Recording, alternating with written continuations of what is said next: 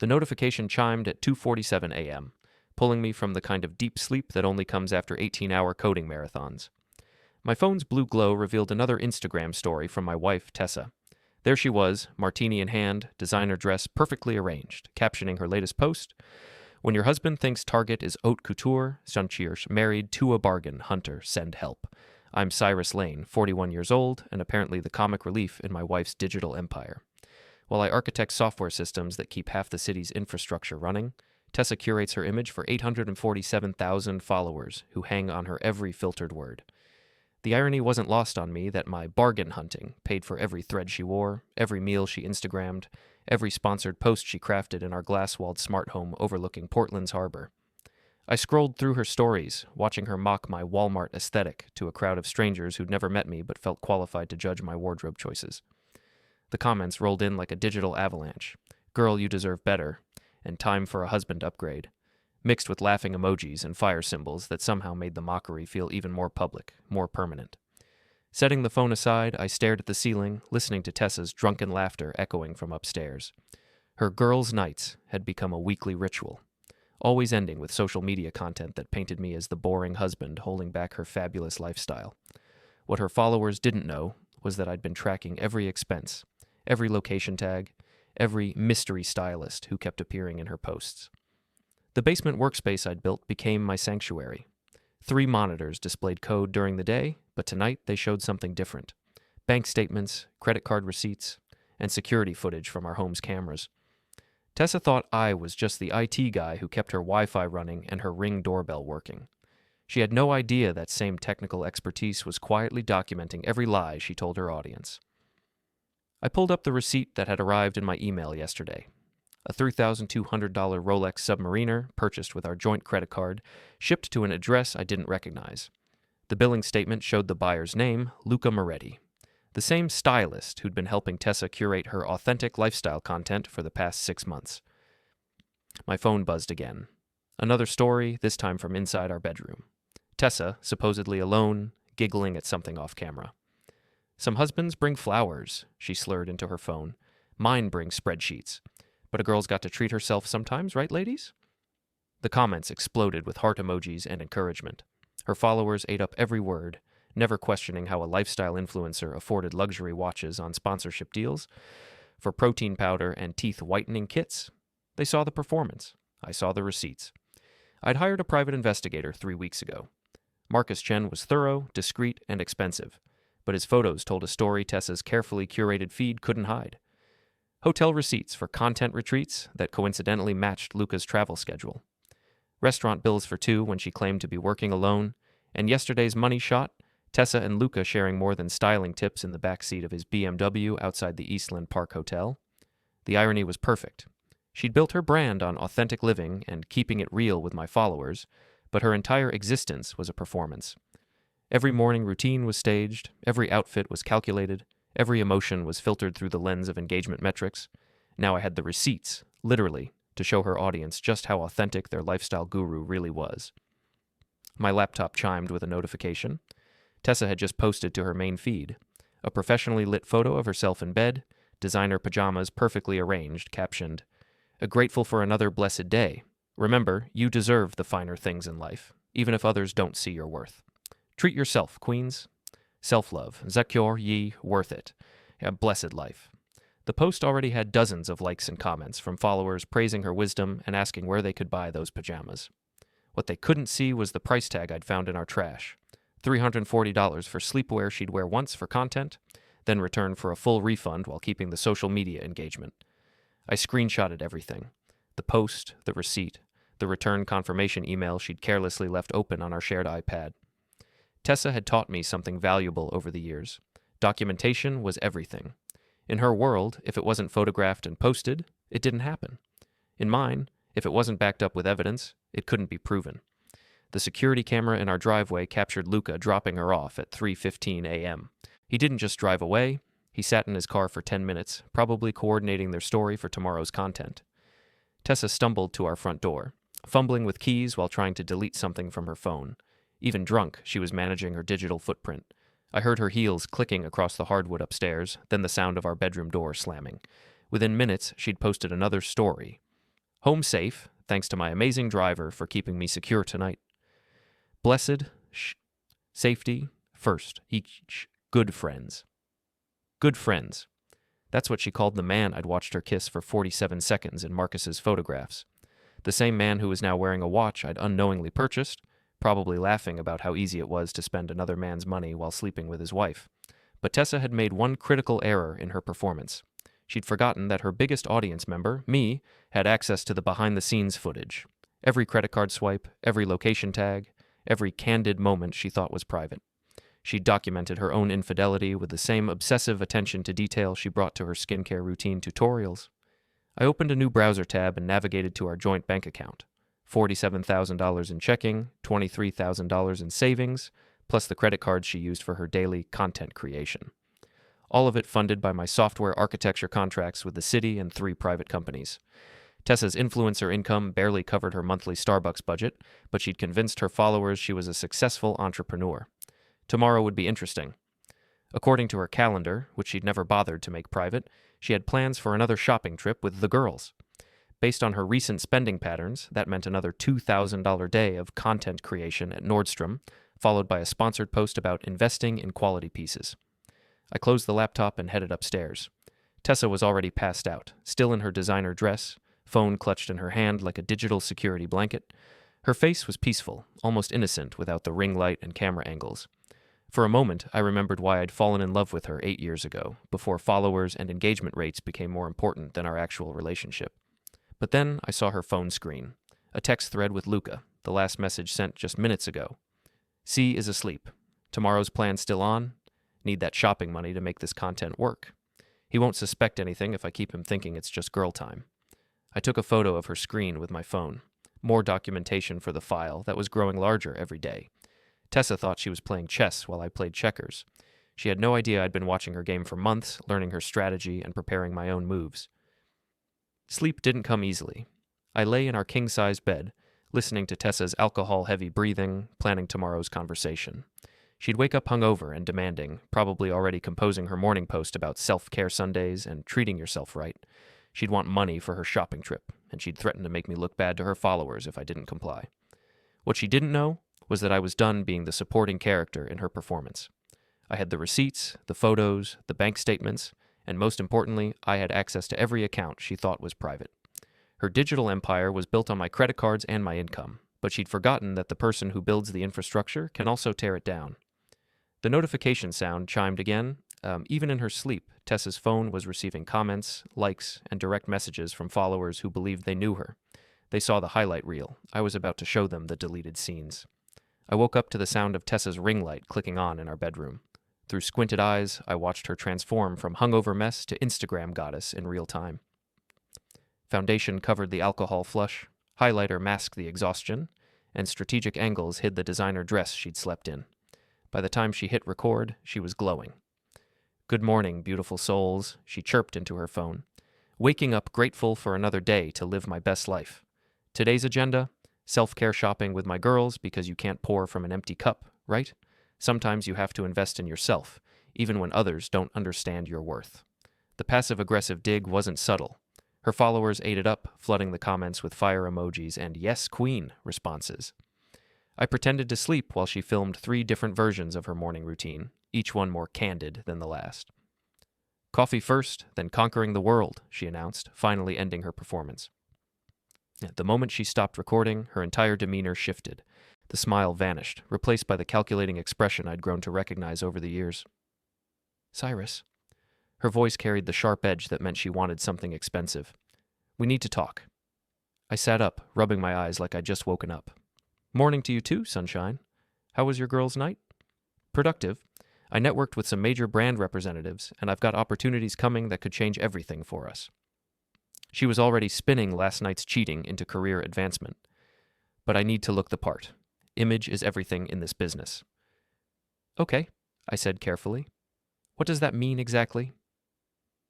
Tessa perched on the edge of our bed, a phone still in her hand, probably calculating how to turn this conversation into content. "The girls and I are going shopping today. There's a Nordstrom event, and I need to make the right impression. This could lead to major collaborations." "How major are we talking?" 6 figures, potentially, but I need to invest in the relationship first. She paused dramatically, like she was building suspense for an invisible audience. I need $5,000. I blinked. $5,000 for one shopping trip. It's not just shopping, Cyrus. It's networking. It's brand building. It's investing in our future. Her voice rose slightly, the way it did when she was preparing to make me the villain. But I guess you wouldn't understand that, would you? You think success comes from sitting in a basement writing code. That basement and that code pay for everything you're wearing right now. And I'm grateful for that. But I'm trying to build something bigger than just your little tech job. I'm building a brand, a platform, something that could set us up for life. But I need support, not judgment. I could see where this was heading. Tessa had perfected the art of making her demands sound like opportunities and her spending sound like investments. Her followers had watched this performance so many times they probably had the script memorized. 5,000 seems like a lot for one day, I said. It's not about one day. She stood up, pacing now, her voice carrying that edge that meant she was about to escalate. It's about building relationships with people who could change our entire financial situation, but if you're too cheap to see the bigger picture, maybe I should tell my followers how I really feel about being married to someone who shops at Target and thinks Applebee's is fine dining. There it was, the threat that had worked for months. Tessa knew her followers hung on every word about our relationship, and she'd weaponized their attention against me. One post about my financial abuse or lack of support could turn nearly 1 million strangers against me overnight. You're threatening to trash me on social media if I don't give you $5,000. I'm not threatening anything. I'm just saying that I've been protecting your image for a long time, and maybe it's time I started being more honest with my audience about what my life is really like. I looked at her standing there in yesterday's designer dress, phone clutched like a weapon, preparing to destroy my reputation for the crime of questioning her spending. The woman I'd married had been ambitious and driven, but she'd never been cruel. The influencer she'd become was something else entirely. You know what, Tessa? You're right. Her eyes lit up with surprise and victory. Really? Absolutely. You should be completely honest with your followers about what your life is really like. I reached for my phone. In fact, I think honesty is exactly what your audience deserves. Good. I'm glad you finally understand. She was already mentally spending the money, probably planning which stores to hit first. I'll need the money transferred to my account this morning. The event starts at noon. About that transfer, I said, opening my banking app. I think there might be a small problem. What kind of problem? I showed her my phone screen. It looks like our joint account has been restructured. You now have access to $50 per day through your debit card. For larger purchases, you'll need my approval. The color drained from her face. What did you do? I protected our assets. Seemed like the responsible thing to do. I stood up, grabbing clothes from our closet. You know, since you're planning to be more honest with your followers, maybe you should start with the Rolex. What Rolex? I pulled out my phone and showed her the receipt. The $3,200 Rolex you bought for Luca Moretti last week, using our joint credit card, shipped to his apartment on Exchange Street. Tessa's face went through several emotions in rapid succession: shock, fear, anger, and finally calculation. I don't know what you're talking about. Really? Because I've got the receipt, the shipping confirmation, and some very interesting photos from a private investigator. I scrolled through Marcus's documentation. Want to see them? You hired a private investigator? Her voice cracked slightly. I hired a professional to document what my wife was doing with our money and our marriage. Turns out both answers were pretty educational. Tessa's phone started buzzing with notifications. Her morning post was gaining traction, and her followers were probably expecting updates about her successful shopping trip. The irony wasn't lost on me that her audience was waiting for content she could no longer afford to create. Cyrus, let me explain. Oh, you're going to explain, just not to me. I finished getting dressed and headed toward the bedroom door. You said you wanted to be honest with your followers about what your life is really like. Today seems like the perfect day to start. Wait, I can't just what? Protect my own bank account, document my wife's affair, hold her accountable for stealing money to buy gifts for her boyfriend? I paused at the door. Actually, Tessa, I can do all of those things. And I have. Her phone buzzed again. A comment on her morning post asking when she'd be going live from the shopping trip. The pressure of maintaining her performance schedule was something she'd never had to consider before. The money had always just appeared when she needed it. My followers are expecting content today. Then you better figure out how to create it on a $50 budget. I hear thrift stores are very authentic, very real. Your audience might actually respect the honesty. I left her standing in our bedroom, still clutching her phone, probably trying to figure out how to spin financial consequences into empowering content. The truth was, I felt lighter than I had in months. For the first time in our marriage, Tessa's performance was about to meet reality, and her audience was going to have front row seats. Downstairs, I made coffee and opened my laptop. Tessa's social media accounts were still logged in on our shared devices, a security oversight that was about to become very relevant. Her DMs with Luca painted a clear picture of their relationship, complete with plans for today's shopping trip and discussions about how to hide their expenses from C. Apparently, I'd been reduced to an initial in their private conversations. My phone rang. Nina Patel, my former coworker and one of the few people who knew about my marriage problems. "How's the documentation project going?" she asked. "About to enter the public phase. Tessa just demanded $5,000 for a shopping trip and threatened to trash me on social media if I didn't pay up." "And?" "I blocked her cards and showed her the receipts for the watch she bought her boyfriend." Nina laughed. "Oh, this is going to be good. Need any technical support?" "Maybe. She's about to have a very public meltdown, and I want to make sure it's properly documented. I'm here if you need me. This is better than cable TV." Upstairs, I could hear Tessa on a phone call, her voice rising as she tried to explain to someone why her cards weren't working, probably calling the bank, trying to reverse my account changes, not understanding that I'd been the primary account holder all along. Her footsteps thundered down the stairs. When she appeared in the kitchen, her carefully applied makeup was smudged and her designer dress was wrinkled from sleeping in it. The Instagram goddess facade was cracking. "You can't do this to me," she said. "I have obligations. I have people expecting me to deliver content today." "Then deliver it. Just do it honestly for once. My entire brand is built on a certain lifestyle. Your followers expect authenticity. Maybe it's time they got some." Tessa stared at me like I'd grown a second head. In her world, authenticity was just another marketing term, another angle to drive engagement. The idea of actual honesty was foreign to her. "Fine," she said finally. "If you want to play games, we can play games. But don't blame me when this gets ugly." She stormed back upstairs, and within minutes I heard her ring light click on again. Round 2 of today's performance was about to begin, and this time she was going to paint me as the villain. What she didn't know was that I'd been preparing for this moment for weeks. My phone buzzed with a notification. Tessa had just gone live on Instagram stories, and the title made me smile. "When your husband tries to control your success, financial abuse, and toxic marriage, send help. Game on." Tessa's live stream started with her sitting on our bed, ring light positioned to catch her tears at the most flattering angle. She'd changed into a simple white t-shirt, probably to look more relatable and victimized, but I could see the designer jeans and luxury handbag carefully positioned in the background. "Hey, beautiful souls," she began, her voice trembling with practiced emotion. "I'm going live because I need to be honest with you about what's really happening in my life right now." The viewer count climbed rapidly. Nothing drove engagement like relationship drama, and Tessa's followers were hungry for behind-the-scenes content.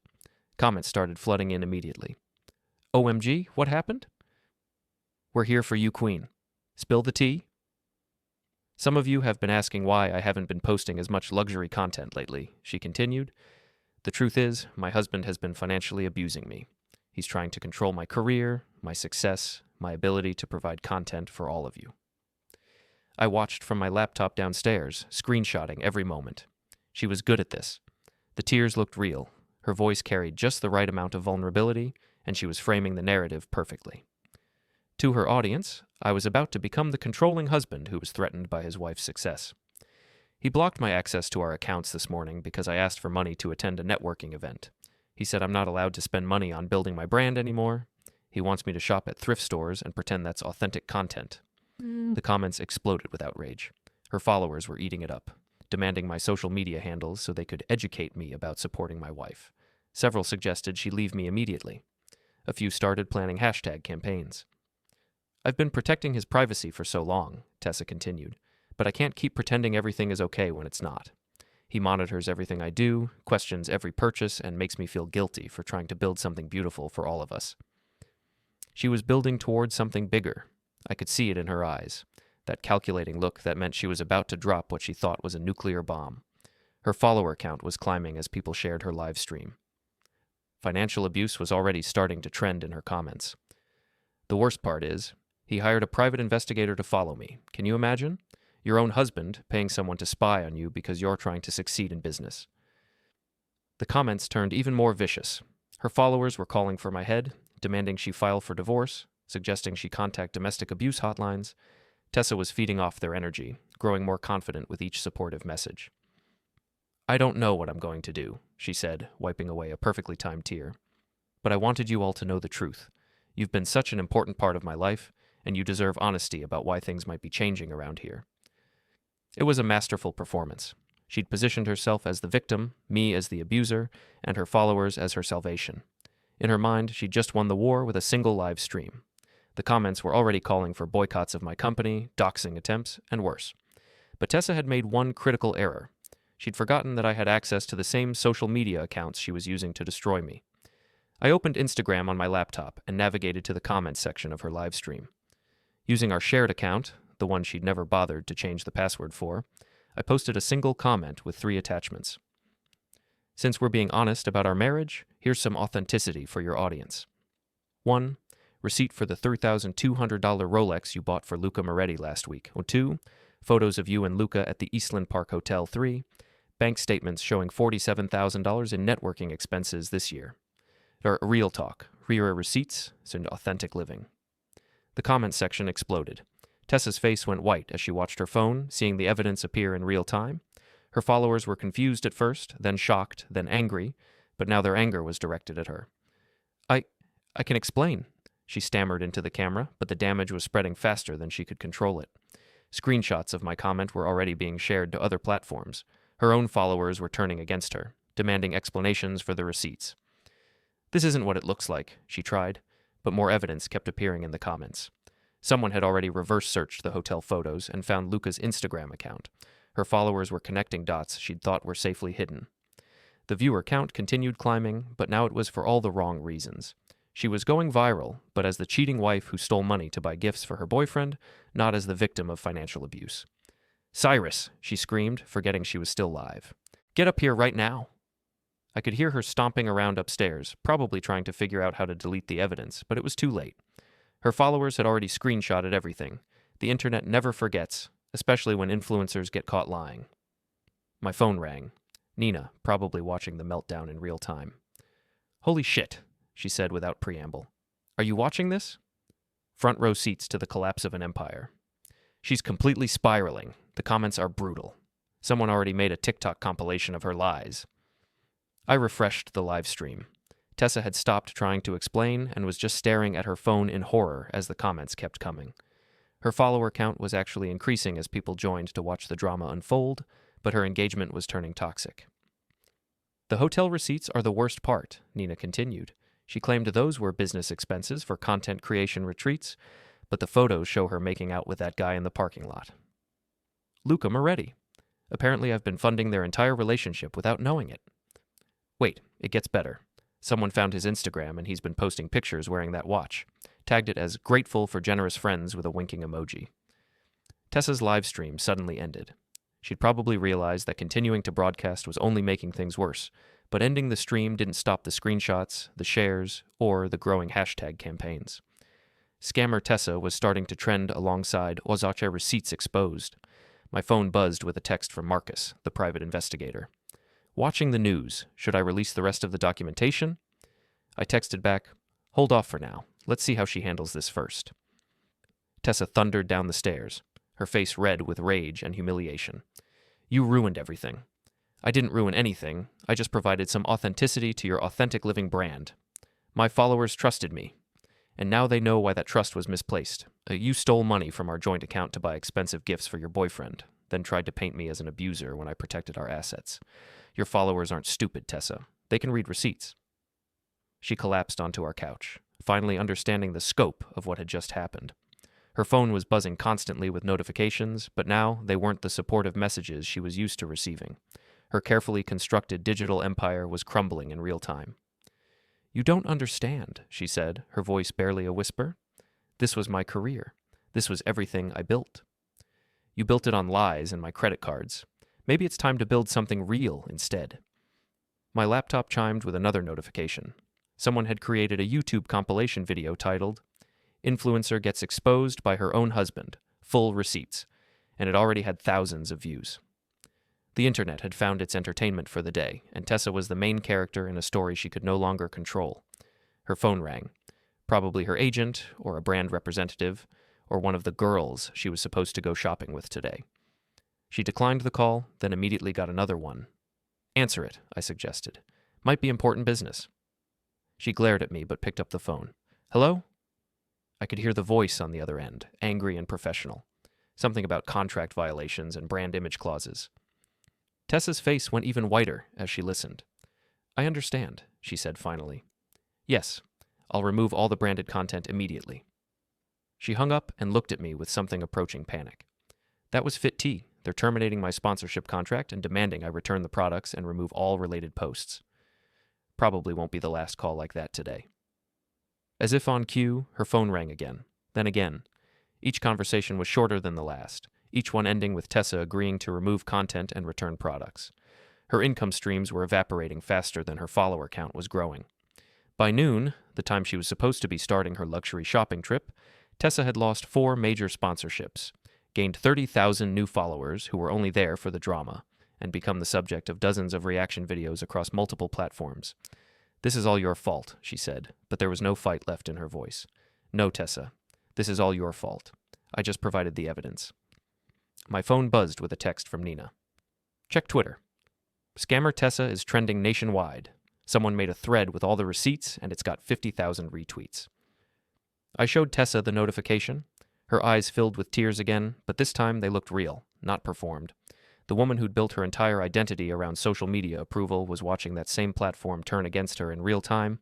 "What am I supposed to do now?" she asked. "You could try being honest. Your followers might respect that." "It's too late for that." She was probably right. The internet rarely forgives, and influencers who get caught in major lies don't usually recover. Her brand was built on trust and aspiration, and both were now permanently damaged. But as I watched her sitting there, surrounded by the wreckage of her digital empire, I realized this was only the beginning. Tessa still didn't understand the full scope of what I'd discovered, and Luca was still out there wearing a watch I'd unknowingly purchased. The afternoon was going to be very interesting. By 3 p.m., Tessa's phone had been ringing nonstop for 3 hours. Each call brought worse news. Another sponsorship terminated, another brand demanding product returns, another collaboration canceled. Her Instagram DMs were flooded with messages from followers demanding explanations, journalists wanting statements, and competitors probably enjoying her downfall. "I need to make a statement," she said, pacing around our living room like a caged animal. "I need to control the narrative before this gets any worse." "How exactly do you plan to control a narrative built on documented evidence?" "I'll apologize. I'll explain that we were having marriage problems and I made mistakes. I'll be vulnerable and honest, and your audience will forgive you for stealing money to buy gifts for your boyfriend?" I shook my head. "Tessa, this isn't a makeup tutorial gone wrong. You can't filter your way out of bank statements and hotel receipts." She stopped pacing and stared at me. "You really want to destroy me completely, don't you?" "I want you to face consequences for your actions. There's a difference." My laptop chimed with another notification. Nina had sent me a link to a Twitter thread that was going viral. How Tessa Lane Style built her authentic lifestyle brand on lies and stolen money, a thread. The thread was thorough and damning. Someone had taken all the evidence from this morning's meltdown and organized it into a coherent timeline of Tessa's deception. Hotel receipts, shopping expenses, the Rolex purchase, photos with Luca. Everything was laid out in chronological order with receipts for every claim. "Look at this," I said, showing her the thread. Tessa read through it, her face growing paler with each tweet. "Who did this? How did they get all this information? You posted it publicly this morning, remember? When you decided to be honest with your followers? I didn't post the bank statements. No, I did, in the comments of your live stream. The same live stream where you accused me of financial abuse while wearing jewelry I paid for." She sank back onto the couch, finally understanding that her digital footprint was now working against her instead of for her. Every lie she'd told, every expense she'd hidden, every fake moment she'd performed, it was all being dissected by an internet that had turned detective. "There's more," I said, pulling up Marcus's full report on my laptop. "Want to see what else the private investigator found?" "More?" Her voice cracked. I scrolled through the documentation. 14 hotel visits with Luca over 6 months. restaurant bills totaling $8,000 for business meetings that were clearly dates, shopping receipts for men's clothing charged to our accounts, and my personal favorite, the spa day you bought him at the Eastern Standard, complete with couples massage. You're enjoying this. I'm enjoying honesty, something you should try. Her phone buzzed with a text. She glanced at it and her face went white. Luca wants to meet. He says we need to coordinate our stories. Your boyfriend wants to make sure you're both lying consistently? He's not my boyfriend. I pulled up one of Marcus's photos on my laptop. Tessa and Luca kissing in the front seat of his BMW, her hand clearly visible on his chest, his fingers tangled in her hair. The timestamp showed it was taken 6 days ago.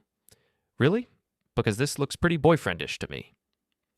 Tessa stared at the photo like she was seeing it for the first time. Maybe she'd convinced herself that her affair was more discreet than it actually was, or maybe she'd just forgotten that parking lots have security cameras and private investigators have telephoto lenses. He said he loved me, she whispered. He said that while you were buying him a $3,000 watch with my money. It wasn't supposed to be like this. He said we could build something together, that his connections in fashion could help my brand grow. And all it cost was your marriage and your integrity. My phone rang. Nina again. You need to see this, she said without preamble. Someone found Luca's social media accounts, and he's been posting about his sugar mama for months. There are Instagram stories of him laughing about how easy it is to manipulate desperate housewives into funding his lifestyle. Are you serious? Absolutely serious. He's got a whole highlight reel called Easy Money, where he jokes about dating older women with rich husbands. Your wife isn't his first victim, Cyrus. She's just the latest one. I looked at Tessa, who was still staring at the photo of her and Luca. Did you know he calls you his sugar mama on social media? What? Apparently you're not his first married woman. He's got a whole system for this. Find lonely wives with access to money, seduce them, drain their accounts, move on to the next victim.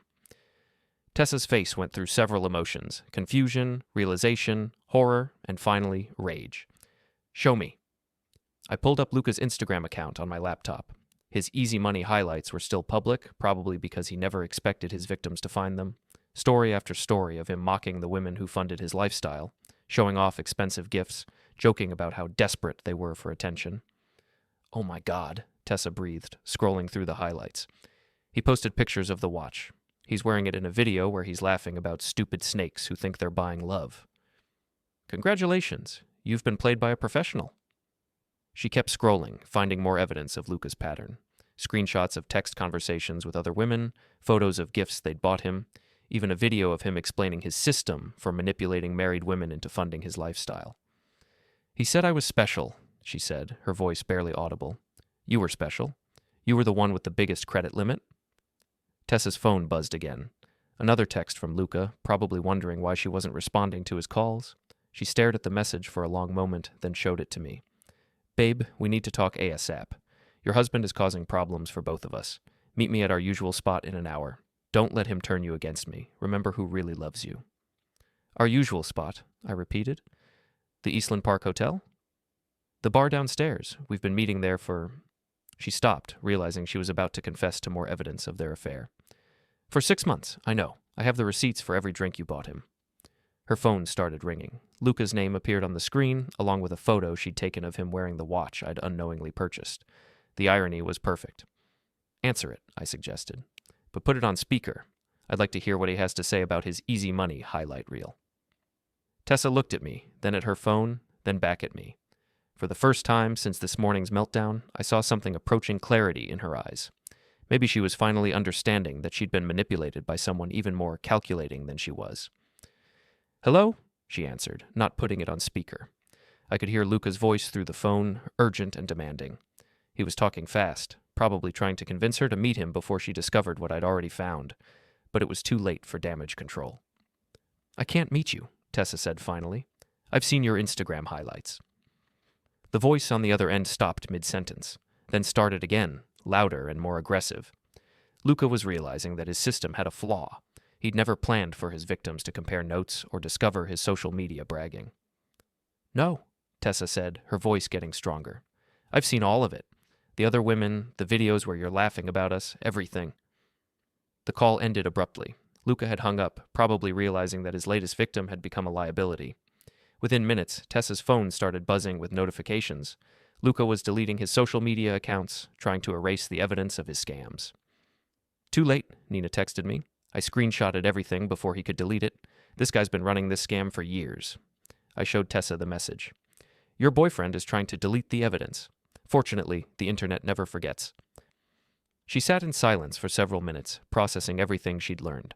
Her marriage was over, her career was in ruins, her lover was a con artist, and her humiliation was being broadcast to millions of strangers who were enjoying every moment of her downfall.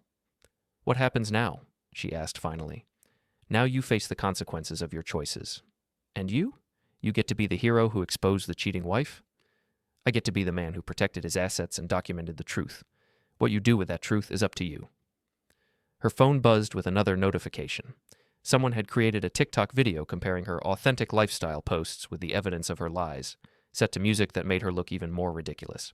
The video already had hundreds of thousands of views and thousands of comments. I can't come back from this, she said. Probably not as an influencer, but you could try being a real person instead. I don't know how to be anything else anymore. It was the first honest thing she'd said all day.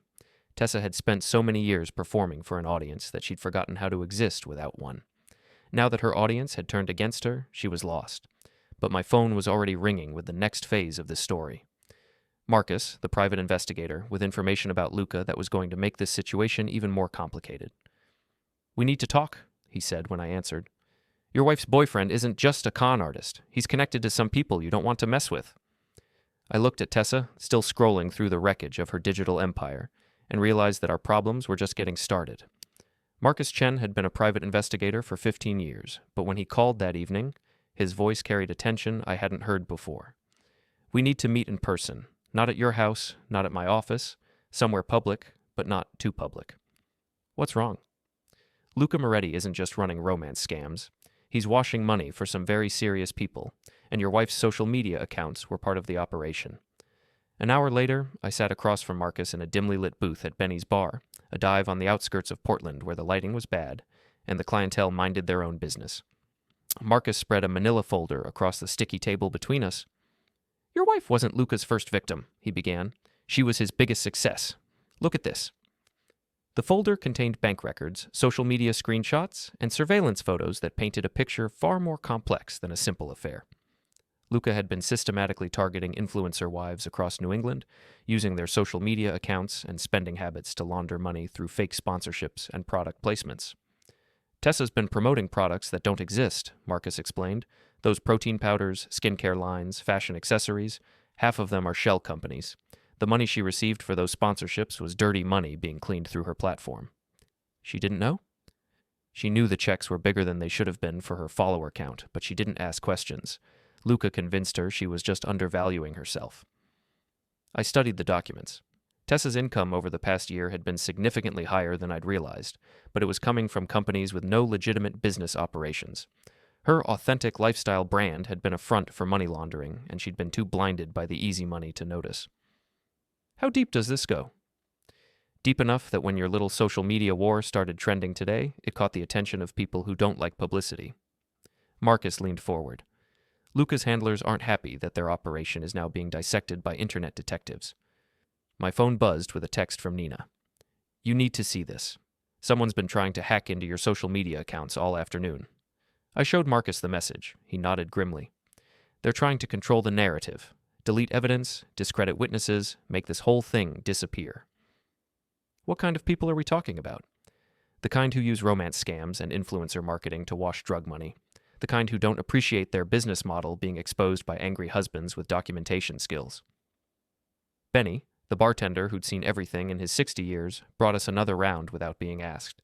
He'd probably overheard enough conversations like this to know when customers needed liquid courage. What's their next move? I asked. Probably try to make Luca disappear, along with anyone who can connect him to the money laundering operation. That includes your wife, whether she knew about it or not. I thought about Tessa at home, still scrolling through the wreckage of her social media empire, completely unaware that her problems went far beyond public humiliation. She'd stumbled into something that could get her ruined, and she didn't even know it.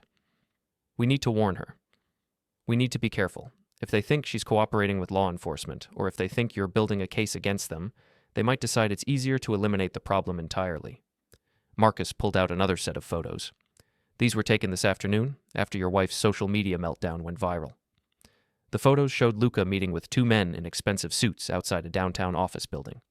The conversation looked heated, with lots of pointing and aggressive body language. In the final photo, one of the men was handing Luca what looked like a phone. Burner phone, Marcus explained. New instructions, probably. The old operation is blown, so they need a new plan. Which involves what? Best case scenario, they cut their losses, abandon Luca, and disappear.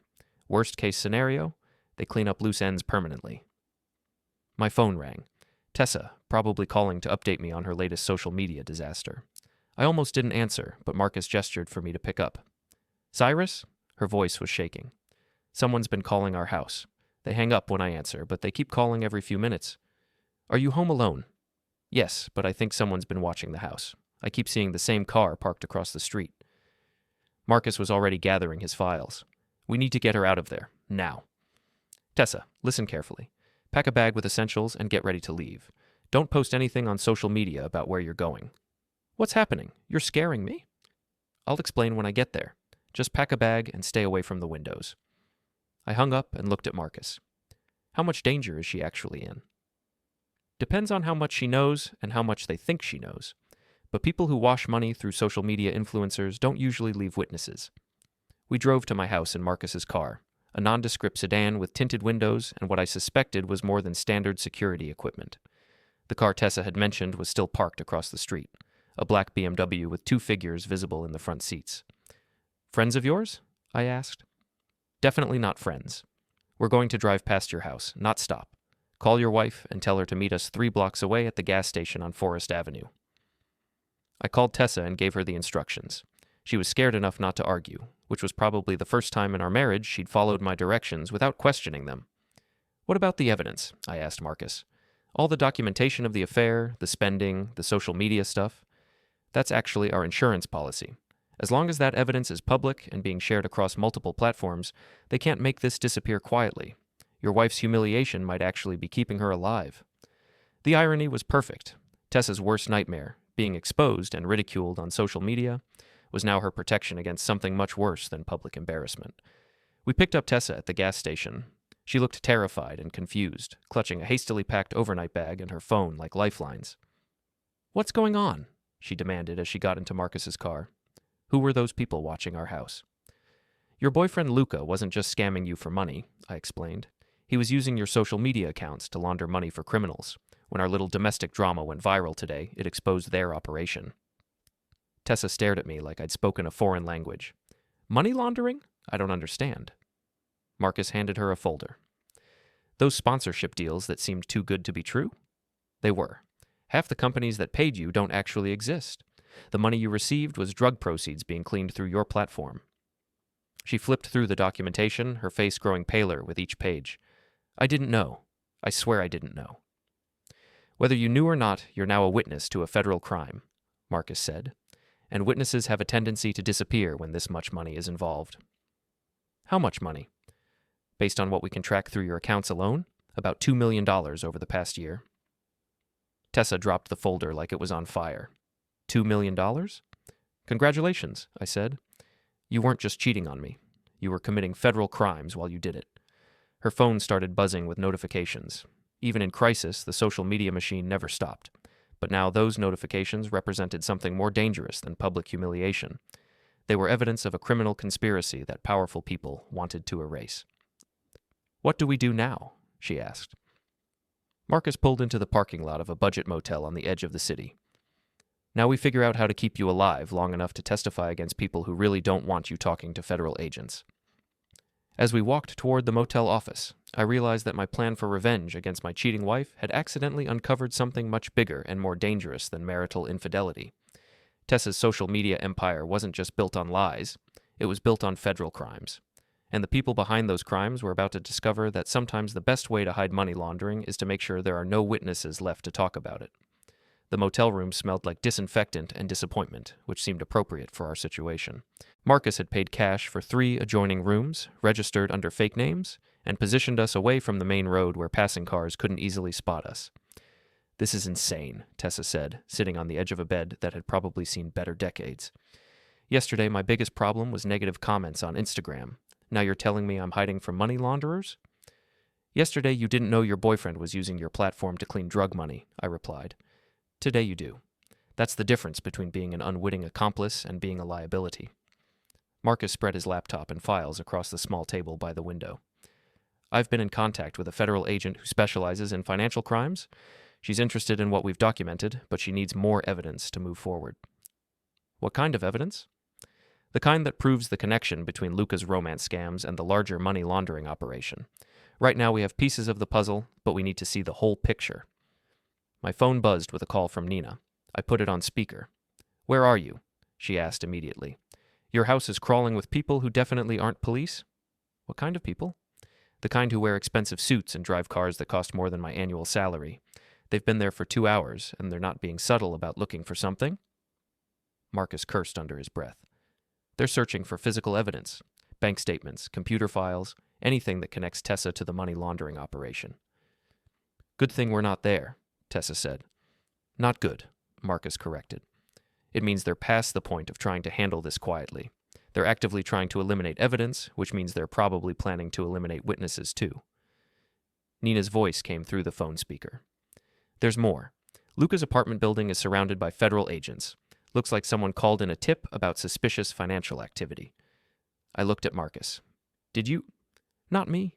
But someone with access to the evidence you posted on social media put together the same connections we did. The feds are moving faster than I expected. Tessa's phone started ringing. Unknown number, which had been happening all day as journalists and internet detectives tried to reach her for comments about the scandal. But this time, Marcus gestured for her to answer it. Put it on speaker, he whispered. Hello? Tessa answered cautiously. Mrs. Lane? The voice was professional, female, unfamiliar. This is Agent Sarah Rodriguez with the FBI Financial Crimes Division. We need to speak with you about your social media business activities. Marcus nodded approvingly. This was the agent he'd been in contact with. I'm with my attorney, Tessa lied smoothly. Can we arrange a meeting? We're aware of the current situation with your safety. We can provide protection, but we need your cooperation with an ongoing investigation into money laundering activities. What kind of cooperation? Full disclosure of your financial records, social media account access, and testimony about your relationship with Luca Moretti and his associates. Tessa looked at Marcus, who nodded. We can arrange that, but Mrs. Lane will need guarantees about her safety and immunity from prosecution for any crimes she committed unknowingly. We can discuss terms. Are you somewhere secure? For now? How do we proceed? Agent Rodriguez gave us instructions for a meeting the next morning at the federal building downtown. Marcus would coordinate security, and Tessa would bring everything she had. Bank statements, social media account passwords, communication records with Luca, and documentation of every sponsorship deal she'd received over the past year. After the call ended, we sat in silence for several minutes. The motel room felt smaller and more depressing, like a waiting room for people whose lives had gone completely off the rails. This is really happening, Tessa said finally. I'm going to testify against criminals.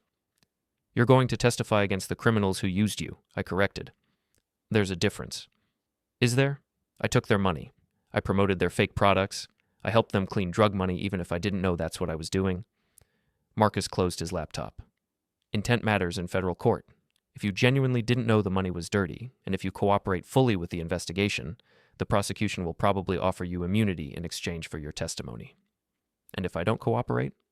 Then you become a co-conspirator in a federal money laundering case, and you'll spend the next 10 to 20 years in prison. Tessa's phone buzzed with a notification. Another social media alert, probably more people sharing screenshots of her humiliation. But when she looked at the screen, her face went white. What is it? I asked. She showed me the notification. Someone had posted a video to her Instagram account, but she hadn't posted it. The video showed Luca sitting in what looked like a hotel room, speaking directly to the camera. Tessa, baby, I know you're seeing this. We need to talk before you do something stupid. Meet me tomorrow night at our place. Come alone and don't bring your husband or any cops. We can fix this together. Someone hacked my account, Tessa said, her hands shaking. Marcus was already on his phone, calling Agent Rodriguez. They're using her social media to communicate with her. This proves they have technical capabilities beyond romance scams. The video had been posted 15 minutes ago and already had thousands of views. Comments were flooding in from Tessa's followers, most of them telling her to stay away from Luca, but some expressing sympathy for their relationship. Delete it, I said. I can't. They changed my password. Tessa was frantically trying to log into her account, but she'd been locked out of her own platform. They have complete control of my Instagram. Marcus hung up his call. Agent Rodriguez says this is actually good news. It's evidence of ongoing criminal activity and proves that Luca's associates have sophisticated technical capabilities. It strengthens their case.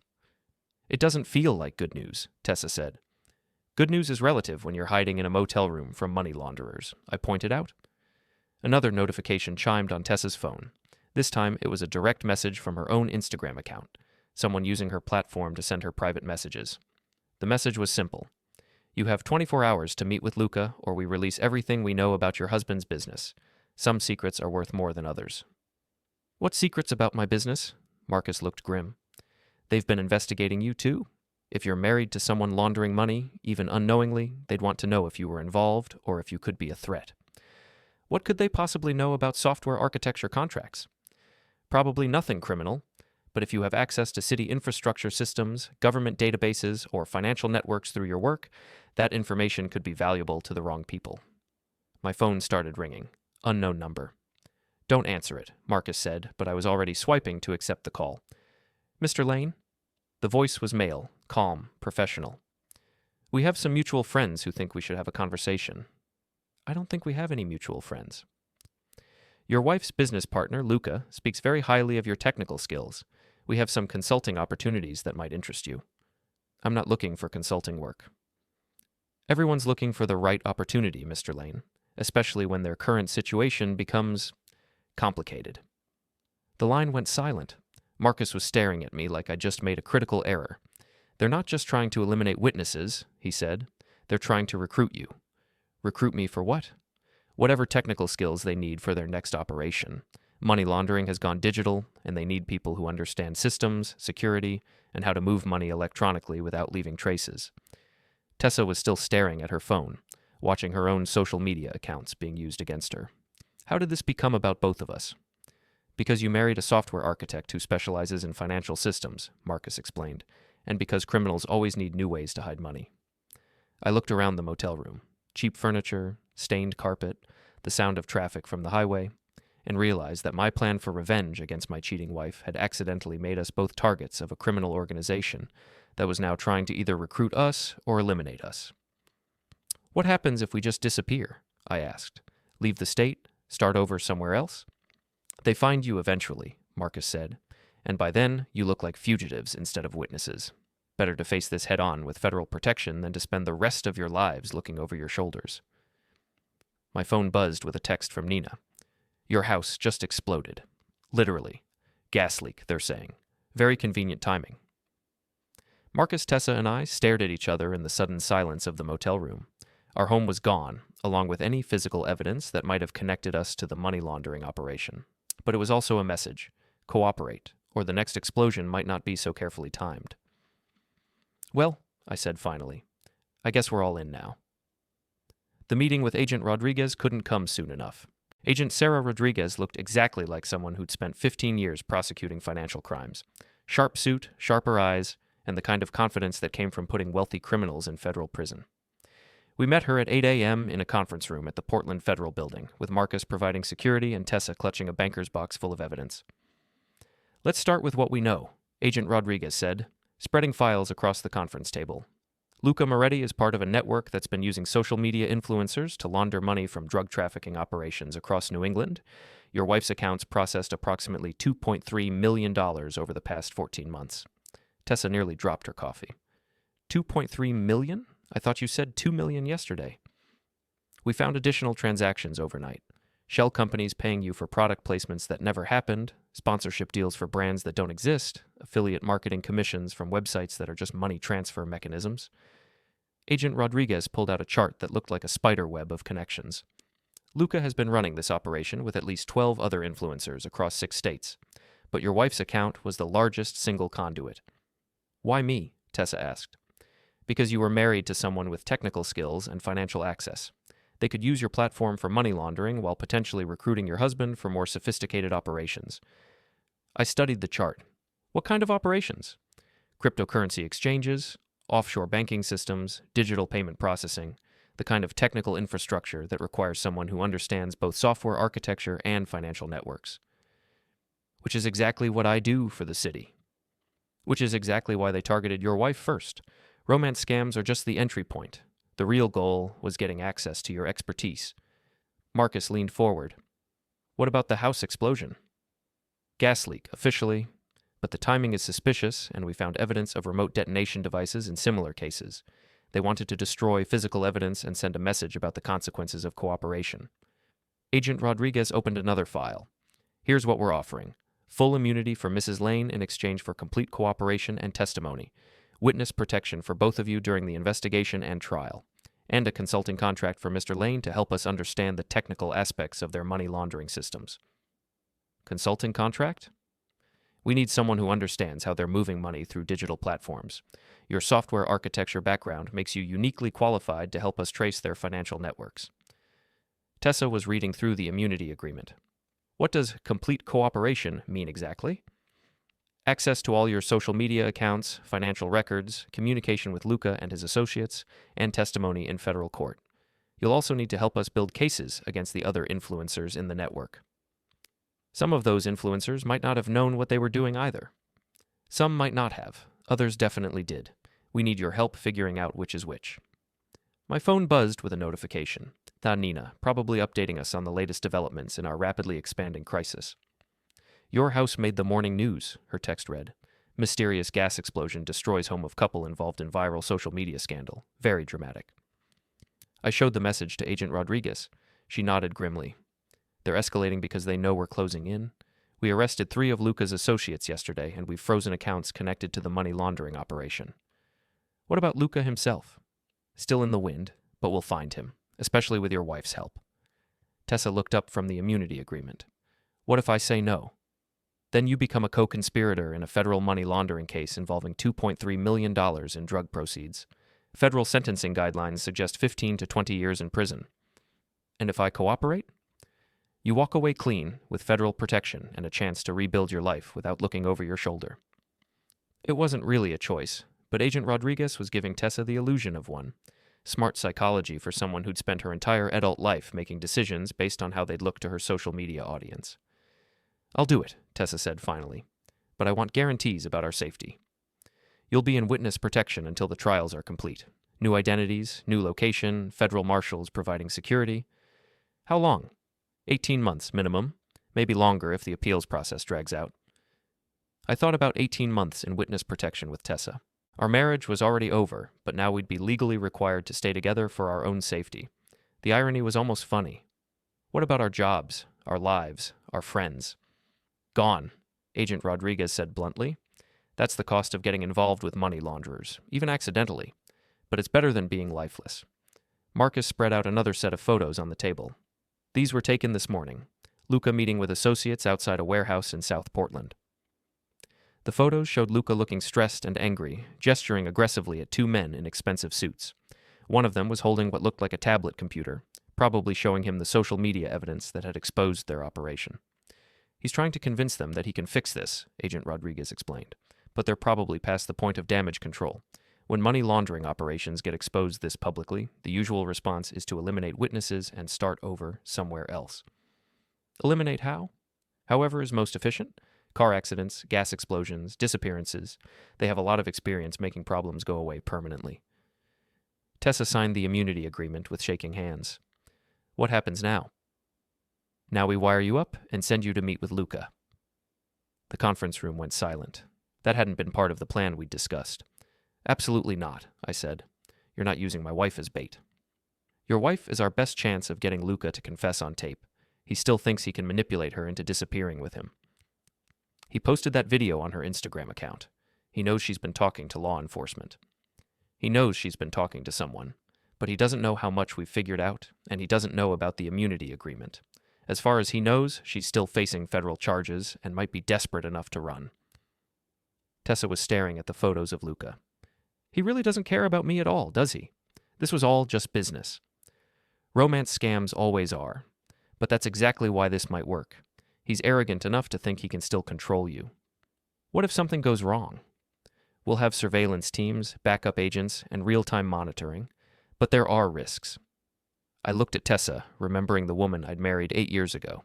Ambitious, driven, sometimes naive, but not stupid. The influencer she'd become was a performance, but the person underneath was still capable of making smart decisions when her life depended on it. It's your choice, I told her. But if you do this, make sure you understand the risks. I understand the risks of not doing it too, she replied. If we don't stop them, they'll keep coming after us. Agent Rodriguez was already preparing recording equipment. We'll set up the meeting for tonight, somewhere public enough that we can provide security, but private enough that Luca will feel comfortable talking. Where? The bar at the Eastland Park Hotel, your usual meeting spot. Tessa nodded slowly. Our usual spot, where this whole thing started. Where it's going to end too, Agent Rodriguez said, one way or another. As we prepared for what might be the most dangerous night of our lives, I realized that my simple plan for revenge against my cheating wife had accidentally uncovered a federal crime, destroyed our home, ended our marriage, and put us both in witness protection. Sometimes revenge is more complicated than you expect. The Eastland Park Hotel bar looked exactly the same as it had in Marcus's surveillance photos. Dim lighting, expensive whiskey, and the kind of atmosphere where rich people conducted business they didn't want overheard. At 9 p.m. on a Tuesday, it was busy enough to provide cover, but not so crowded that federal agents couldn't maintain surveillance. Tessa sat at the bar wearing a wire that looked like a designer necklace, nursing a martini she was too nervous to drink. I was positioned 3 tables away with Marcus, supposedly having a business dinner while actually monitoring the recording equipment hidden in my briefcase. Testing, Tessa whispered, touching the fake pendant. We hear you perfectly. Agent Rodriguez's voice came through my earpiece. Remember, we need him to admit to the money laundering operation and implicate his associates. Let him do most of the talking. Luca arrived 20 minutes late, probably checking for surveillance. He looked different than he had in the photos, stressed, tired, and wearing clothes that were expensive but not perfectly arranged. The pressure of being a federal fugitive was showing. Tessa, baby, he said, sliding onto the bar stool next to her. I knew you'd come. I didn't have much choice. My life is completely destroyed. It doesn't have to be. We can fix this together. Luca ordered a whiskey and looked around the bar casually, but I could see him checking for familiar faces. The important thing is that we stick together and don't let them turn us against each other. Them? The feds, your husband, the media. They want to make us the villains, but we're just 2 people who fell in love. Tessa touched her wire nervously. Luca, I need to understand what I got involved in. The FBI showed me documents that say I was laundering money. That's just how they make everything sound criminal. You were promoting products, doing sponsored content, building your brand. That's not money laundering. But the companies that paid me don't exist. Luca leaned closer, lowering his voice. Baby, that's just how business works at this level. Shell companies, offshore accounts, creative accounting. It's all legal if you have the right lawyers. $2 million, Luca. I processed $2 million for fake companies. And you earned every penny? You think those other influencers with their designer lifestyles are getting their money from selling protein powder? Everyone in this business has arrangements with investors who prefer to stay private.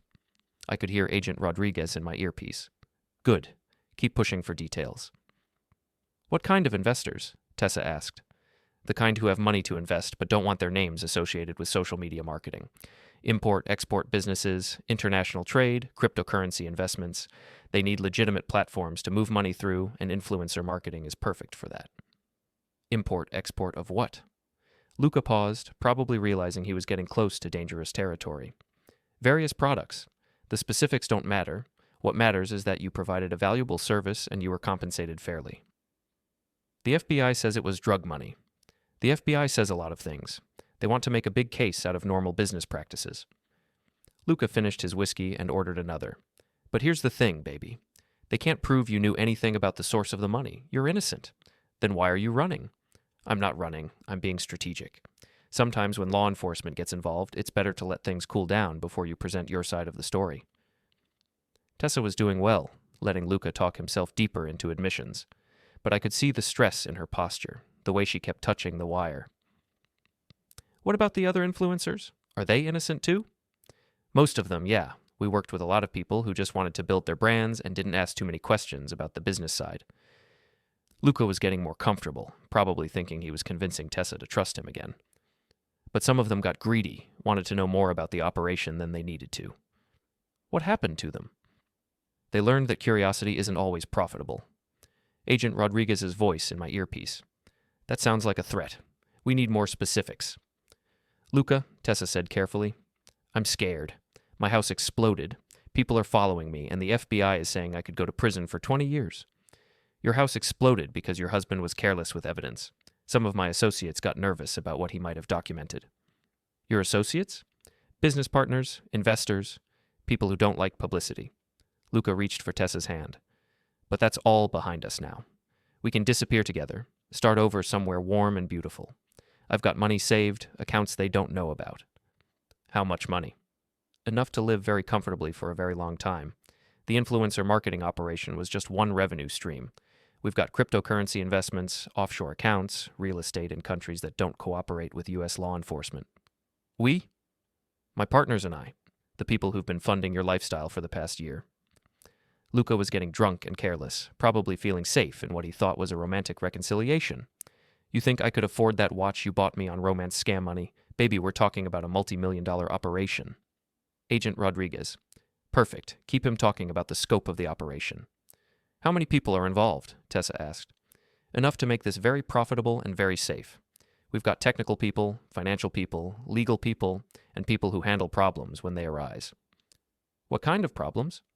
Witnesses who get too curious, law enforcement that gets too close, business partners who get too greedy. Luca's voice was getting harder. But those aren't your problems, baby. Your problem is deciding whether you want to spend the next 20 years in federal prison or the next 20 years on a beach in a country that doesn't have an extradition treaty. You're asking me to run away with you.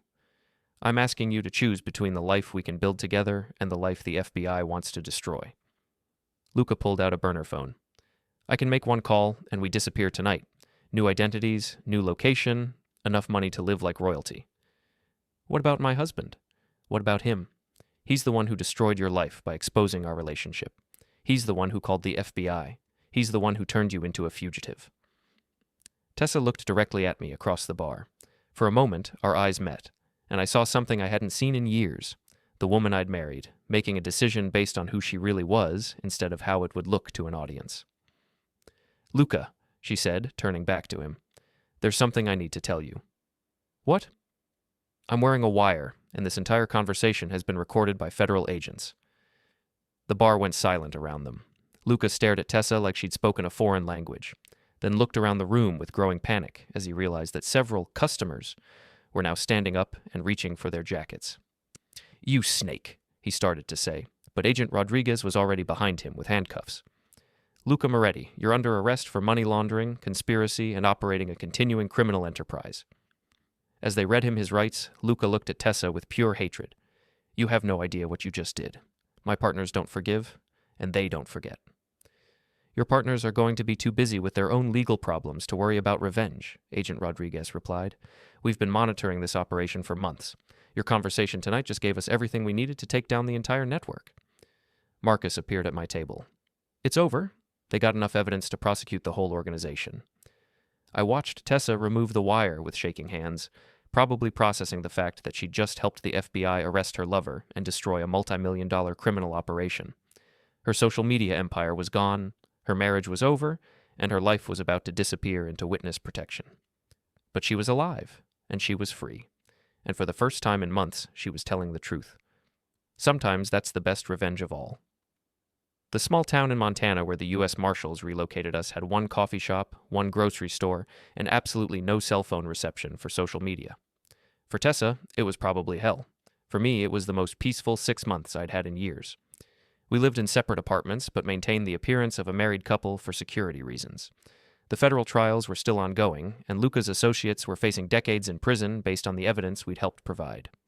Tessa had testified via video link 3 times, her immunity agreement protecting her from prosecution, while her testimony helped convict 12 people involved in the money laundering network. She'd handled it well, telling the truth without trying to manage her image for once. The lawyers say we can probably come out of protection after the appeals are finished, she told me over coffee one morning. Maybe another year. And then what? Then we get divorced and start over, I guess. She stirred her coffee thoughtfully. I've been thinking about what I want to do next.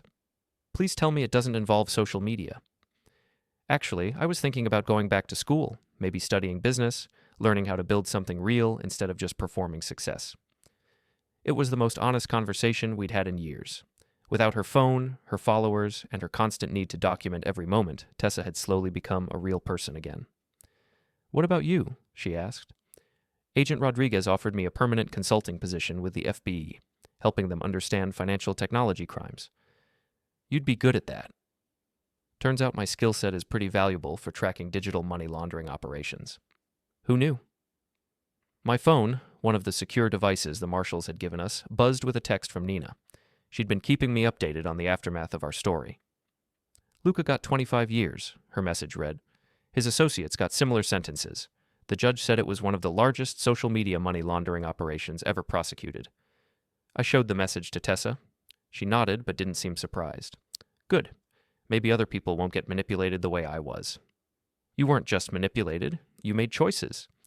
"I made stupid choices, but I'm making better ones now." She was right. The woman sitting across from me was nothing like the influencer who demanded $5,000 for a shopping trip and threatened to destroy my reputation when I refused. That person had been a performance. This person was real. "Do you ever miss it?" I asked. "The followers, the attention, the lifestyle?" "I miss feeling important, but I don't miss feeling fake." She paused. "Do you ever miss being married to me?" "I miss being married to who you used to be, before the cameras and the performance and the constant need for validation. That person is still here. She was just buried under a lot of bullshit for a while." We sat in comfortable silence, drinking coffee in a small-town diner that had never heard of Instagram or influencer marketing. Outside, Montana stretched endlessly in all directions, offering the kind of space and quiet that made it impossible to perform for an audience. My phone buzzed again. "Agent Rodriguez, with an update on the case.